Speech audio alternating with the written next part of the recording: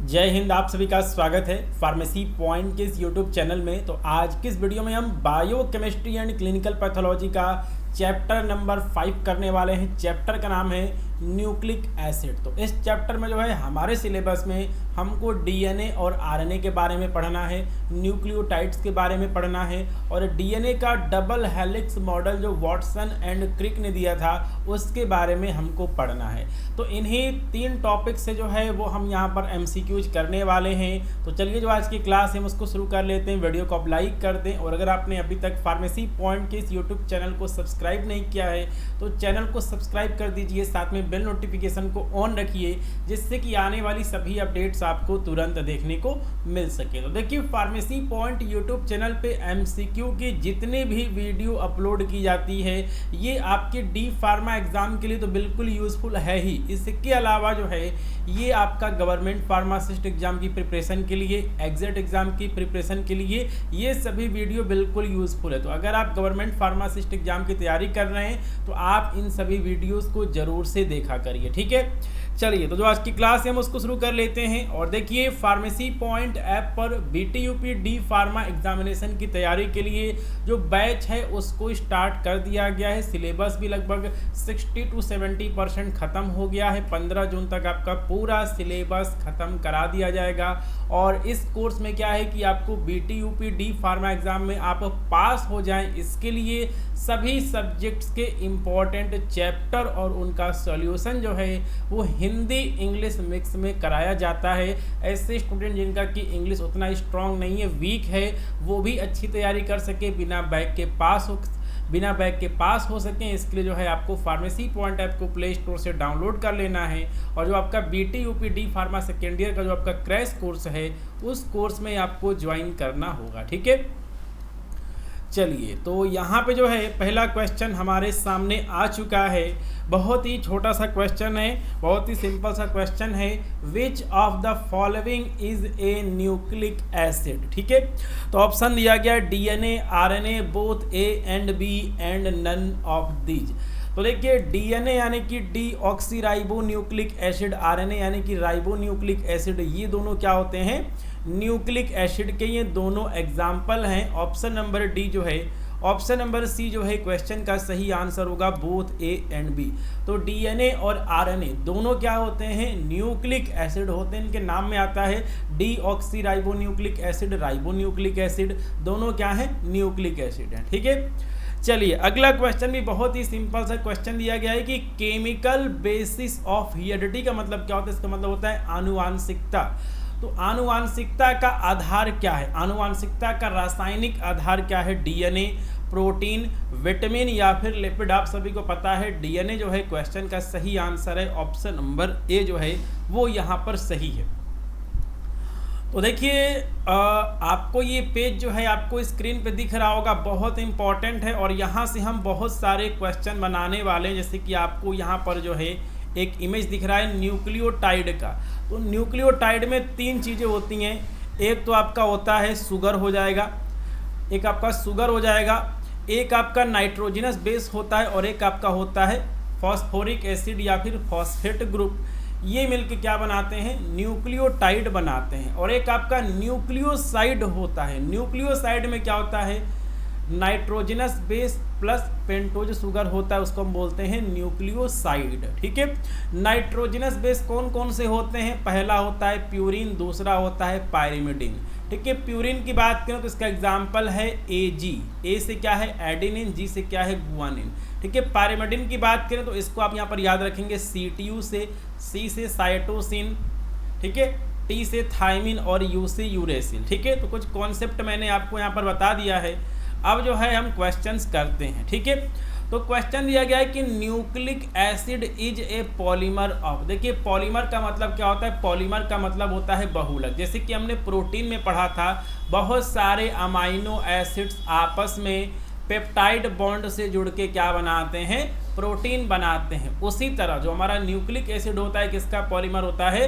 Nucleotide का polymer होता है। ऑप्शन नंबर बी क्वेश्चन का सही आंसर होगा। तो बहुत सारे न्यूक्लियोटाइड जब आपस में जुड़ते हैं तो क्या बनता है? न्यूक्लिक एसिड यानी कि डीएनए या फिर आरएनए बनता है, ठीक है। बहुत इंपॉर्टेंट ये क्वेश्चन है, कॉन्सेप्ट वाला क्वेश्चन है। इस क्वेश्चन को आप मार्क कर लेंगे। Nucleotide is composed of, nucleotide जो है वो किसका मिलके बना होता है, ठीक है, बहुत ही इंपॉर्टेंट है। एक आपका न्यूक्लियोटाइड होता है और एक आपका न्यूक्लियोसाइड होता है। देखिए जो आपका न्यूक्लियोटाइड होता है, न्यूक्लियोटाइड जो होता है इसमें 3 चीजें होती हैं, ठीक है। पहला होता है आपका शुगर, आप इसको लिख लीजिए शुगर, या फिर आप इसको लिख सकते हैं पेंटोज शुगर।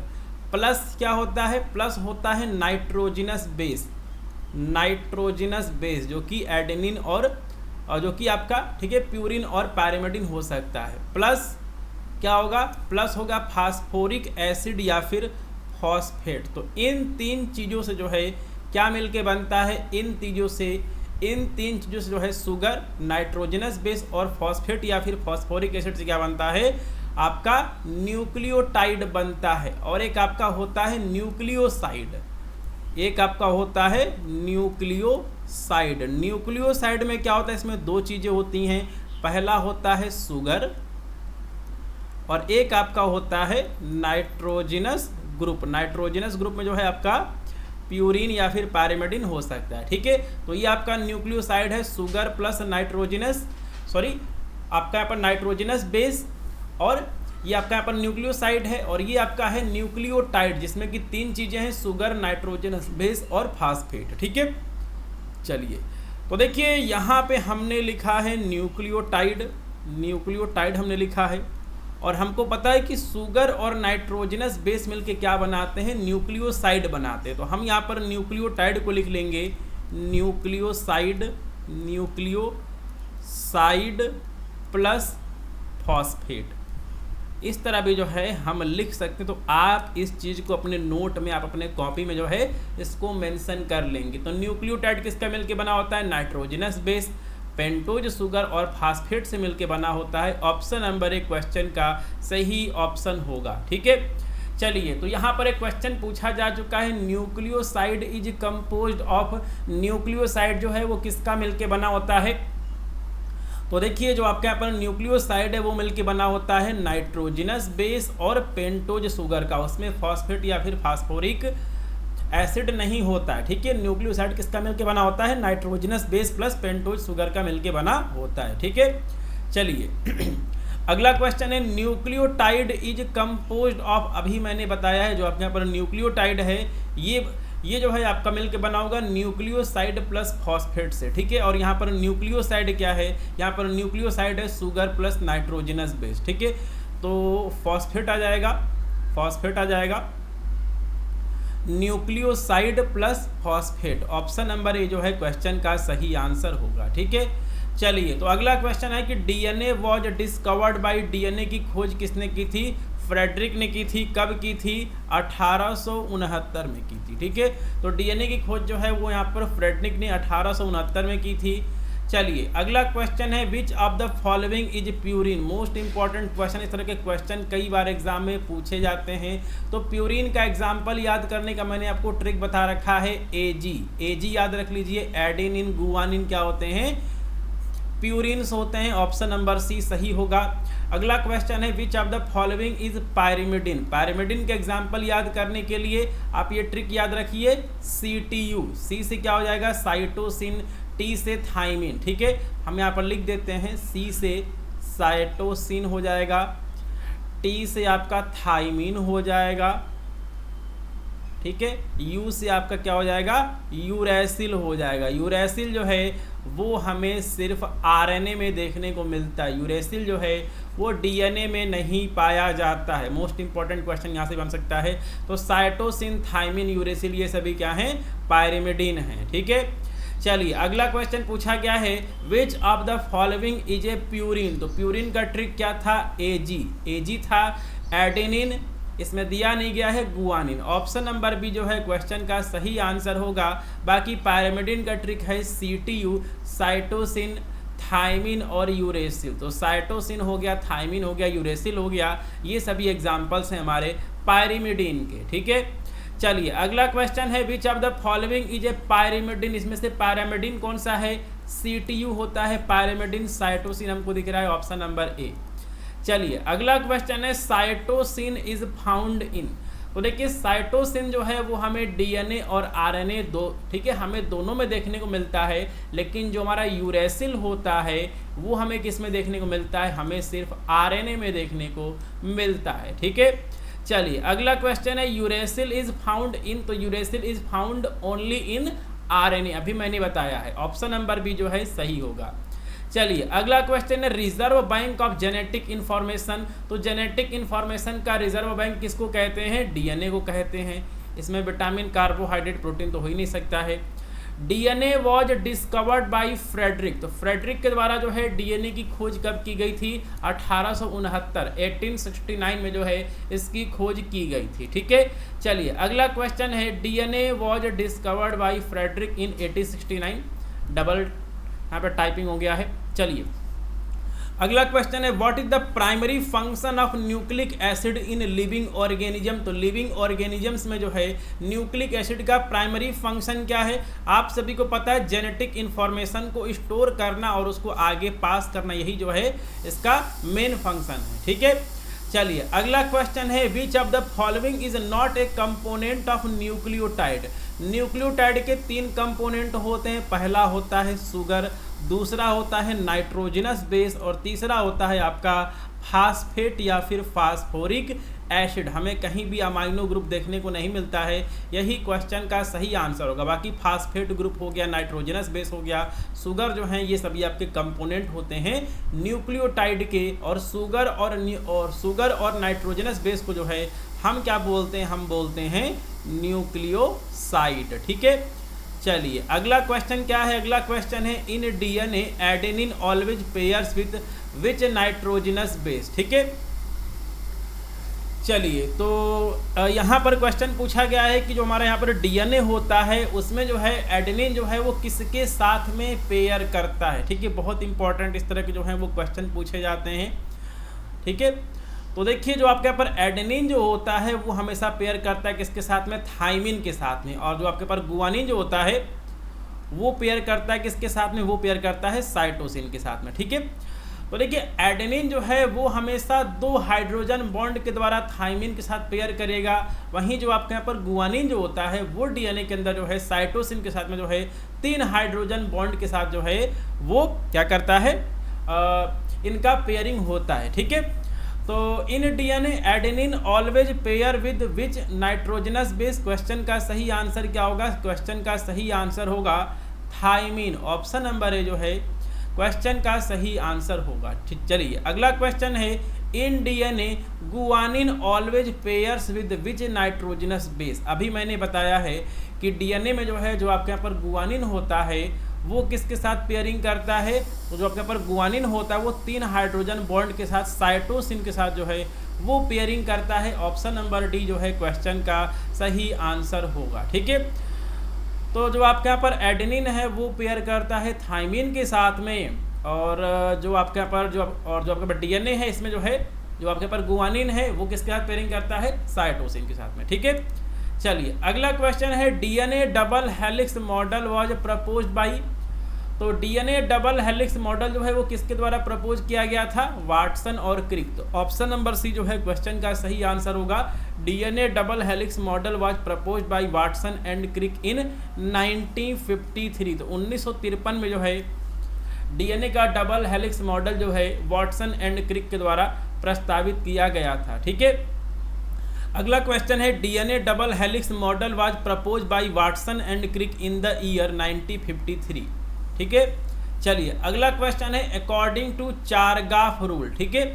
तो देखिए चारगाफ रूल के अकॉर्डिंग क्या है कि एडेनिन की जो आपकी मात्रा होती है वो थाइमिन की मात्रा के बराबर होती है और गुआनिन की मात्रा जो है वो साइटोसिन की मात्रा के बराबर होती है, ठीक है। अब देखिए यहाँ से क्वेश्चन क्या बनता है, तो यहाँ से क्वेश्चन ये बनता है, क्वेश्चन में दिया रहेगा कि एडेनिन की मात्रा जो है वो 30% है, ठीक है। तो गुआनिन और साइटोसिन की मात्रा क्या होगी, इस तरह से जो है वो क्वेश्चन एग्जाम में आपसे पूछ सकता है।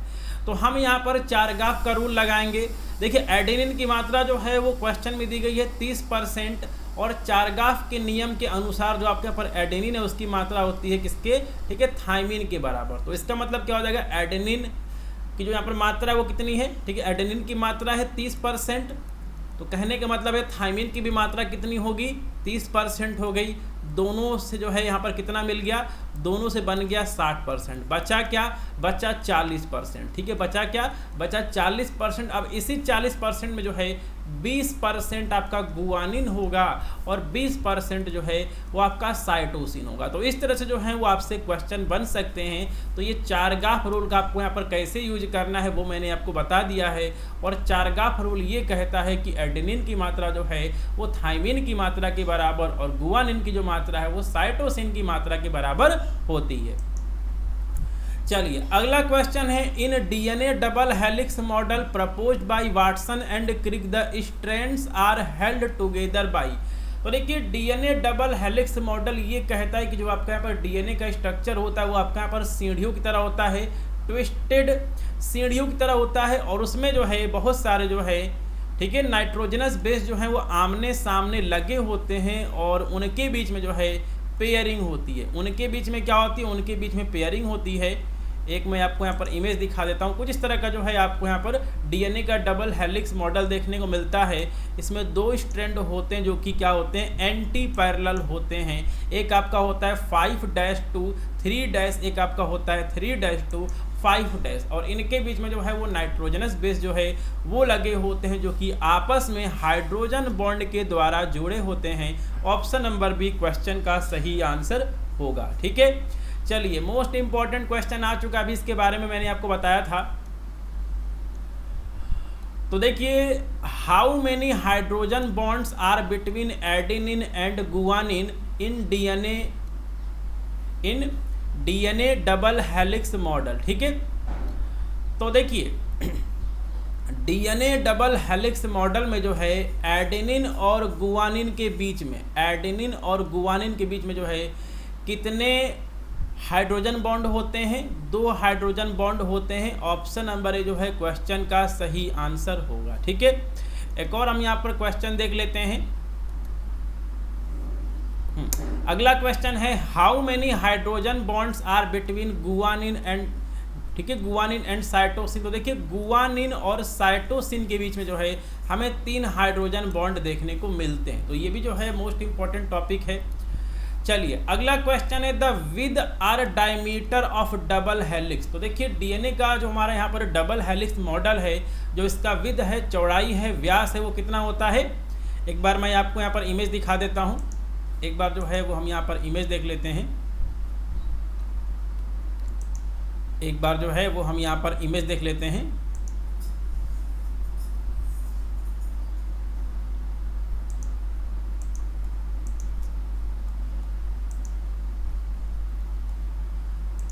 देखिए यहाँ जो है आपको यहाँ पर दिख रहा है, इसका जो यहाँ पर डायमीटर वो कितना है, 2 नैनोमीटर है। ठीक है, और अगर हम यहाँ पे बात करें इसके लेंथ की, तो देखिए यहाँ पर जो है 0.34 नैनोमीटर का जो है आपको यहाँ पर डिस्टेंस देखने को मिल रहा है।